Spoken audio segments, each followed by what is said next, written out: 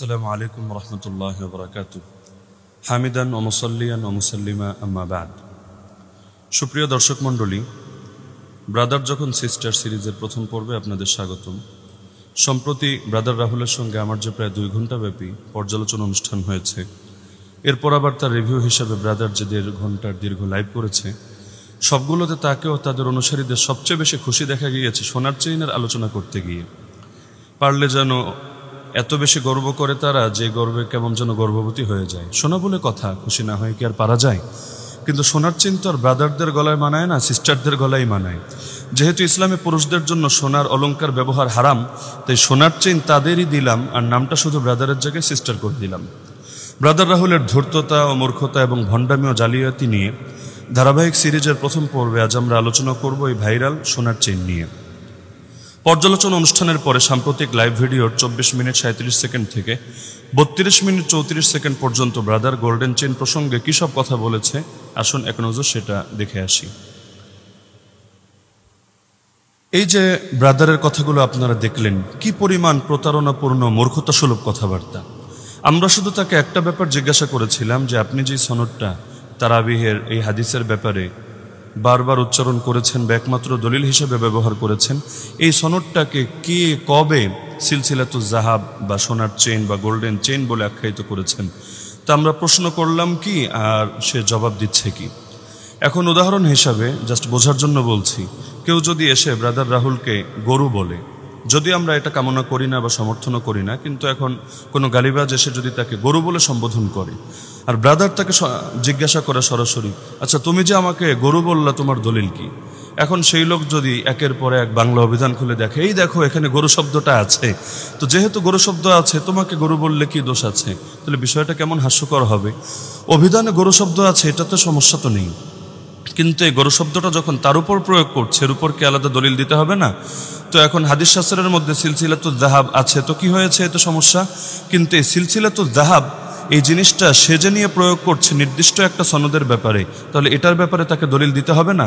তা আমরা তো শুধু এই ব্যাপারটাই জিজ্ঞাসা করেছিলাম যে তার আগে কে কবে এই জিনিসটাকে, এই সনদটাকে সিলসিলাতুজ জাহাব বলে আখ্যায়িত করেছে, কিন্তু এর পক্ষে কোনো দলিল সে দেয়নি। তো এখন আমরা পয়েন্ট ধরে ধরে ব্রাদার রাহুলের উদ্দেশ্যে 10টা প্রশ্ন ছড়িয়ে দিচ্ছি। সিস্টার না হয়ে বাস্তবেই যদি সে ব্রাদার হয়ে থাকে তাহলে সে যাতে সবগুলোর জবাব দিয়ে দেয়। 1 নম্বর, মালিক আন মোহাম্মদ বিন ইউসুফ আন সাইব বিন ইয়াজিদ, তারাবিহের এই যে 11 রাকাতের আসরের এই সনদটাকে সিস্টার রাহুল বা ব্রাদার রাহুলের আগে কোন ইমাম সিলসিলাতুজ জাহাব বা গোল্ডেন চেইন বলেছেন এর প্রমাণ তাকে দিতে হবে। সুনির্দিষ্টভাবে সেই ইমামের নাম ও গ্রন্থসূত্র উল্লেখ করতে হবে, কোনো তাকিয়া বা ভাওতাবাজি চলবে না। যদি এটা তার বানানো সিটি গোল্ডের চেইন হয় তাহলে নিজের গলায় পরিধান করে নারীদের মতো উদ্বাহন নৃত্য করুক। আর যদি শাস্ত্রীয় ইমামগণের সর্বসম্মত মত দ্বারা প্রমাণিত হয় তাহলে বাপের বেটা হয়ে থাকলে সবিস্তারে তাদের রেফারেন্স সামনে আনুক। 2 নম্বর প্রশ্ন, সে বলেছে সিলসিলাতুজ জাহাব তথা গোল্ডেন চেইন এর সংজ্ঞা সে দিয়েছে একেবারে স্লাইড দেখিয়ে দেখিয়ে, অর্থাৎ ইমাম মালিক রাহিমাহুল্লাহ এবং সাহাবিদের মাঝে মাত্র একজন রাবির পার্থক্য যেটাকে গোল্ডেন চেইন বলে। বা ইমাম মালিক ও যে কোনো সাহাবির মধ্যে যে কোনো একজন বর্ণনাকারী থাকলেই সেই সনদকে সিলসিলাতুজ জাহাব বলা হবে, এই সংজ্ঞা ব্রাদার কোথায় পেয়েছে?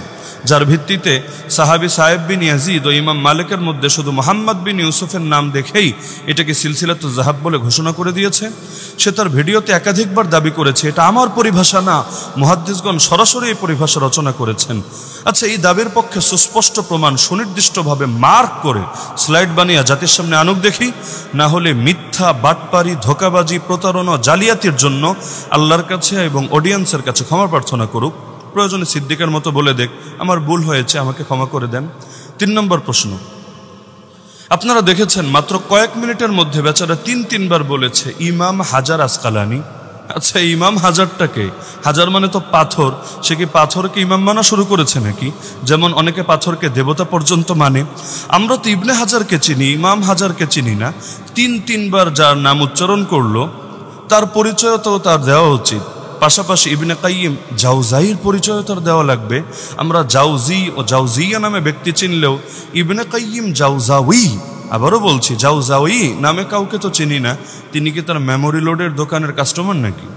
4র্থ প্রশ্ন, ইমাম ইবনে হাজারের জন্ম এখন থেকে মাত্র 672 বছর আগে। অথচ সে ভিডিওতে বারবার বলেছে 750 বছর আগে ইমাম হাজার নাকি সিলসিলাতুজ জাহাব তথা গোল্ডেন চেইনের উপর কিতাব লিখে গেছে। তার ভাষাই বললাম ইমাম হাজার, ইবনে হাজার তো আর সে বলে না। আচ্ছা, তো ইমাম হাজার বলতে যদি ইবনে হাজার ধরি, তাহলে জন্মের আগে তিনি কিতাব লিখে গেলেন কিভাবে?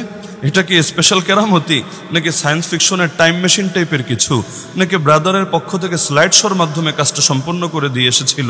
যেহেতু ভিডিওতে স্পষ্ট দাবি করেছে আহলে হাদিসরা নাকি প্রযুক্তিতে মাযহাবিদের চাইতে 50 বছর অ্যাডভান্স, তাহলে যেই মানুষের জন্মই মাত্র 672 বছর আগে, সেই মানুষ 750 বছর আগে কিতাব কিভাবে লেখে? আমার তো বুঝেই ধরে না। এ জাতীয় কথা সৈয়দ আব্দুল কাদের জেলানী রহমতুল্লাহ আলীর ব্যাপারে বেদাতিরা দাবি করলে তখন তো তারা ঠিকই ধুয়ে দেয়। আমরাও সে দাবিকে সমর্থন করছি না, কিন্তু যেটা আব্দুল কাদের জেলানী রহমতুল্লাহ আলীর ব্যাপারে দাবি করলে তারা ধুয়ে দেয়, একই জিনিস তারা নিজেরা যখন দাবি করে ব্যাপারটা হাস্যকর হয়ে যায় না? তো 672 বছর আগে জন্ম নেওয়া মানুষ 750 বছর আগে কিভাবে কিতাব লিখলো, যেটা বারবার দাবি করেছে, এটার পক্ষে স্পষ্ট প্রমাণ দিবেন। 5 নম্বর প্রশ্ন, সে বলেছে এই সনদকে যে জন্য গোল্ডেন চেইন বলা হয়, সোনার চেইন বলা হয় সনদকে এই জন্য যে ইমাম মালিক রহমতুল্লাহ আলী যে হাদিসটা রেওয়ায়াত করছে ওমর বিন খাত্তাব পর্যন্ত পৌঁছতে মাত্র একজন রাওয়ী মুহাম্মদ বিন ইউসুফ। অন্যান্য সনদে 3টে 4টে 6টা 8টা 10টা, সুনানে কুবরা বাইহাকিতে 10টা পর্যন্ত রাওয়ীর নাম চলে এসেছে। সহিহ বুখারীতে সুলসিয়াতও এসেছে সামান্য কিছু। আমি হুবহু তার কথাগুলো উদ্ধৃত করছি। এরপর বলেছে কিন্তু কমপক্ষে সহিহ বুখারীর সনদের মধ্যে 5 থেকে 6 জন রাওয়ী লেগেছে। কিন্তু মুয়াত্তা মালিকের এই হাদিসে এমন একটা সনদ, যেই সনদে ইমাম মালিক থেকে ওমর বিন খাত্তাব পর্যন্ত মাত্র একজনের মাধ্যমে সনদ পৌঁছে গেছে। হাদিস জগতে এটা সর্বশ্রেষ্ঠ সনদ, এর চেয়ে উচ্চমানের কোনো সনদ নেই, কোনো সনদ নেই। 2 বার। তো এই যে তার কথাগুলো আমরা হুবহু উদ্ধৃত করলাম। এখন প্রশ্ন হলো, ভিডিওতে কয়েকবার সে দাবি করেছে ইমাম মালিক থেকে ওমর রাদিয়াল্লাহু আনহু পর্যন্ত পৌঁছতে নাকি মাত্র একজন রাওয়ী, আর তিনি হচ্ছেন মুহাম্মদ বিন ইউসুফ। আচ্ছা, তাহলে সাহেব বিন ইয়াজিদ গেলেন কোথায়? নাকি তাকেও কারো মেমোরিতে ভরে হাওয়া করে দিয়েছেন? দ্বিতীয়ত সুলসিয়াত কি জিনিস রে ভাই? আমরা সুলাসিয়াত, এই সুলাসিয়াত শুনলেও সুলসিয়াত তো জীবনে প্রথম শুনলাম, তো এই সুলসিয়াত আবার কি চিজ হয়? তৃতীয়ত মালিকান মোহাম্মদ বিন ইউসুফান সাহেবকে আপনারা কে হাদিস জগতে সর্বশ্রেষ্ঠ সনদ বলে উল্লেখ করেছে, যেটাকে আপনি বলেছেন সহির চাইতে আরো বেশি সহি? তো এটা কি আপনার দ্বারা আবিষ্কার, নাকি ইতিপূর্বে কেউ দাবি করেছে?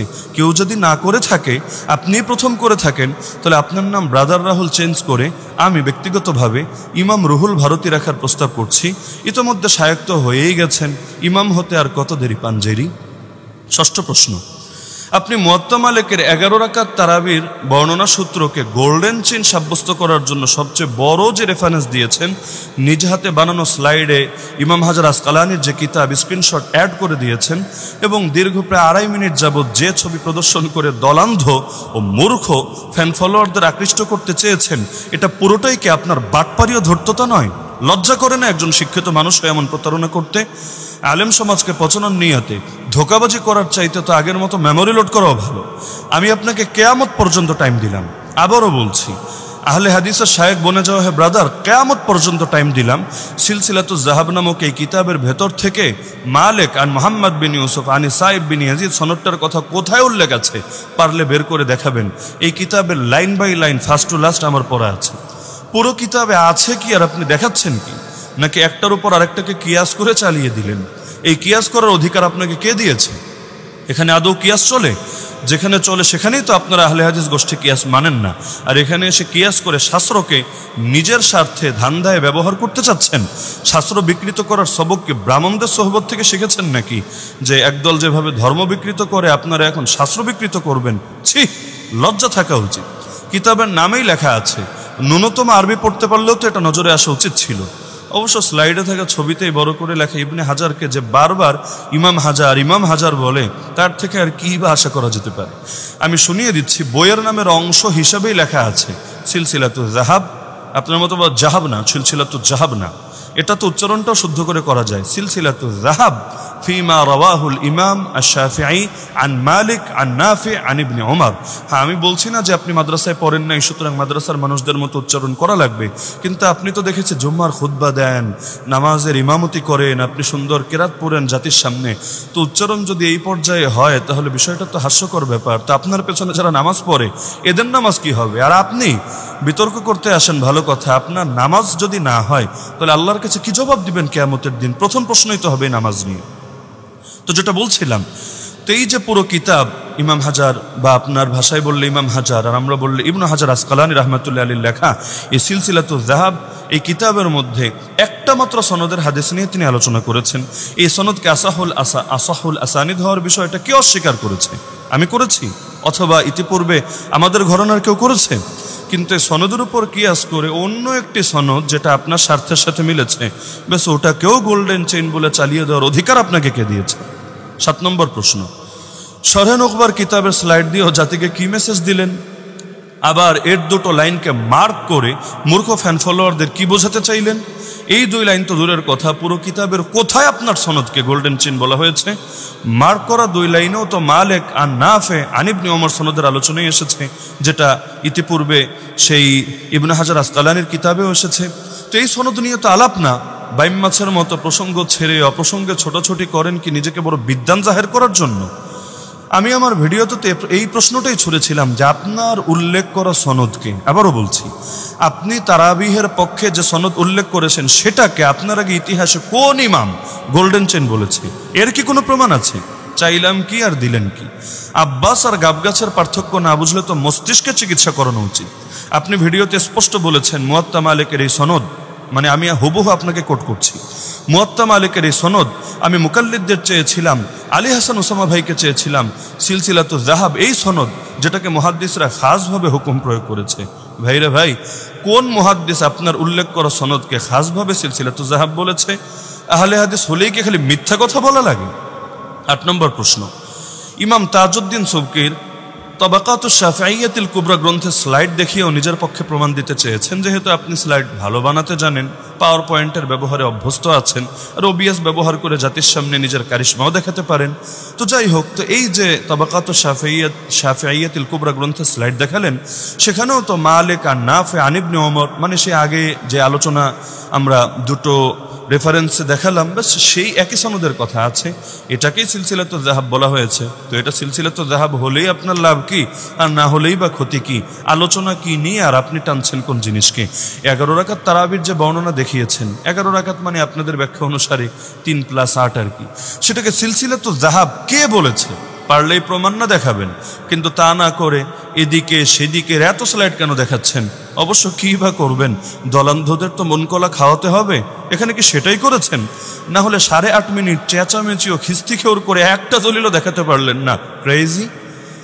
9 নম্বর প্রশ্ন, চতুর্থ যে স্লাইড দেখিয়েছেন মা সাহা মিন আসারি সাহাবা ফিল ফিকহ গ্রন্থ থেকে, সেখানেও পূর্বোক্ত ওই একই সনদকে সিলসিলাতুয যাহাব বলা হয়েছে।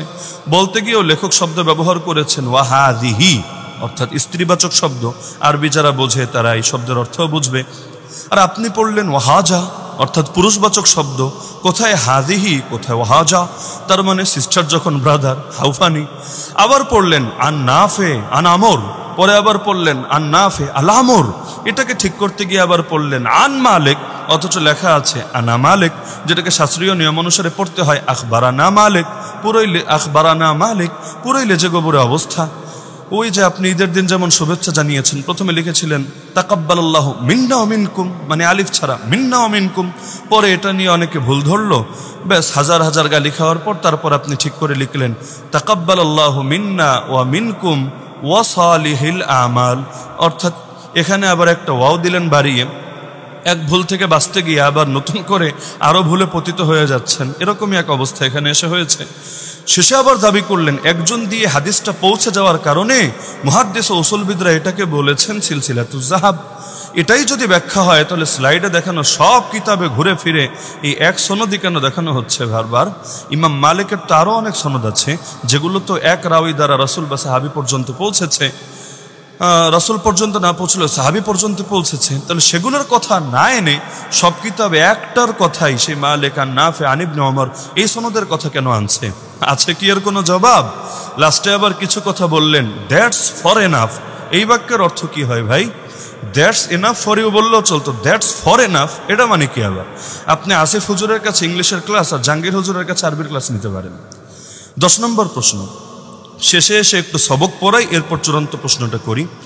ইমাম বুখারী ও ইমাম ইরাকির মতে আসাহুল আসানিদ হলো মালিক আন নাফি আন ইবনে ওমর, যার পক্ষে আপনিও 4টা স্লাইড দেখিয়েছেন। ইমাম আহমদ বিন হাম্বল রাহিমাহুল্লাহর মতে আসাহুল আসানিদ হলো জুহরি আন সালেম আন ইবনে ওমর। ইমাম ইয়াহইয়া ইবনে মাইন রাহিমাহুল্লাহর মতে আসাহুল আসানিদ হলো সুলাইমান আমাশ আন ইব্রাহিম আন নাখাই আন আলকামা আন আব্দুল্লাহ ইবনে মাসউদ।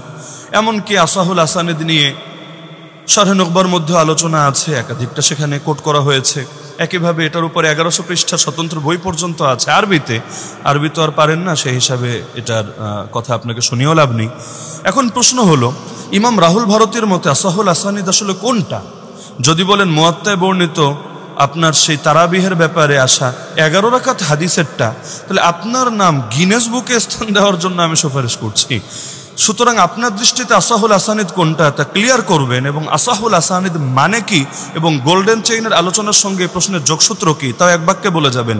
কারণ আপনার সমস্যা হলো কি যে প্রশ্ন করি তাই বোঝেন না। তো প্রশ্ন যখন বোঝেন না, উত্তর তো আর দিতে পারবেন না। তো এখন জাহেলের আরো চূড়ান্ত স্তর হলো জাহেলে মুরাক্কাব। ও জানেই না যে ও কি জানে না, ও বোঝেই না যে ও কি বোঝে না। তো এই মুশকিল হয়েছে সে আপনার। না হলে প্রশ্ন আসে কি, জবাব দেন কি? তো আগে প্রশ্ন বোঝেন। আসাহুল আসানিদ নিয়ে প্রশ্ন কেন করলাম, আর গোল্ডেন চেইন, সোনার চেইন, সিলসিলাতুল যাহাব, এর সাথে আসাহুল আসানিদ এটা সম্পর্কটা কি? এই দুইটা কি একই জিনিস না ভিন্ন জিনিস? না এই দুটোর মধ্যে নিসবত কি, তাসাউই না তাবায়ুন, উমুম খুসুস মুতলাক না উমুম খুসুস মিন ওয়াজহিন? বলবেন এগুলো আবার কি মন্ত্র বলছি। যাই হোক, আপনার এই আরবি বোঝা লাগবে না, আরবি বললেও তো আপনি অনেক সময় খেপে যান। তো আপনি আপনার মতো করে এটার ব্যাখ্যা দিবেন। তো এই যে আমরা বললাম যে আসাহুল আসানিদ এক এক ইমামের মতো এক একটা, আপনার মতে আসাহুল আসানিদ কোনটা? নাকি ওই নিজের পক্ষে যেটা যায় বেশ সেটা? শেষ কথা, যেই কয় মিনিটের মাত্র রিভিউ করলাম, 8 মিনিট প্লাস হবে সম্ভবত, এর মধ্যেই আমাদের যে অনেকবার আপনি বানর না জানি বাদুর, আমি আপনার শব্দ বুঝি না আসলে, বানর বলেন না বাদর বলেন না বাদুর বলেন, আর হনুমানও তো বলেছেন, এই যে এই কথাগুলো, অশ্লীল কথাগুলো, তির্যক কথাগুলো বলে গালি দিয়েছেন, এই গালিতে যদি আপনি মানসিক শান্তি পান, গালি দিয়ে যদি আপনি গর্বিত হন, that's enough for you. Am I right brother? Sorry sister. যা হোক, সবগুলো প্রশ্নের জবাব কিন্তু চাই।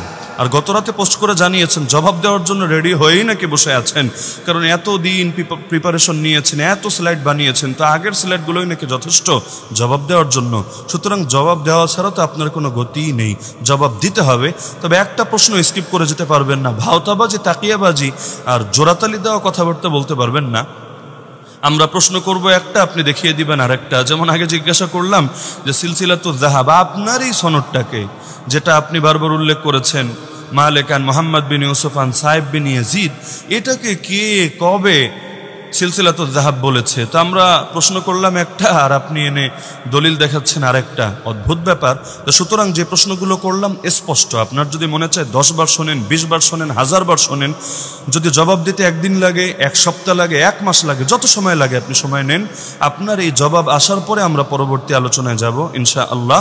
জাতি দেখুক যে কারা চাপার জোরে চলে আর কারা প্রকৃত ইলমের অনুসরণ করে। আল্লাহ তাআলা আপনাকে হেদায়েত দান করুক, আপনার এই মূর্খ অনুসারীদেরকে আল্লাহ তাআলা জ্ঞান বোঝার তৌফিক দান করুক। যারা ইলম নেই তার কিছুই নাই, ইলম সবচেয়ে জরুরি জিনিস। আল্লাহ তাআলা ইলম না থাকলেও ইলম শেখা দরকারি অনুভূতিটা যদি জাগ্রত করে তো বহুত কিছু। আল্লাহ আমাদের সবাইকে তার সন্তুষ্টির পথে, হক এবং হাক্কানিয়তের পথে, উম্মার সর্বসম্মত মত ও পথের পথে চলার তৌফিক দান করুন, বিচ্ছিন্নতা থেকে বেঁচে থাকার তৌফিক দান করুন। আমিন। ওয়া আখিরু দাওয়ানা আলহামদুলিল্লাহি রাব্বিল আলামিন। আসসালামু আলাইকুম ওয়া রাহমাতুল্লাহি ওয়া বারাকাতুহু।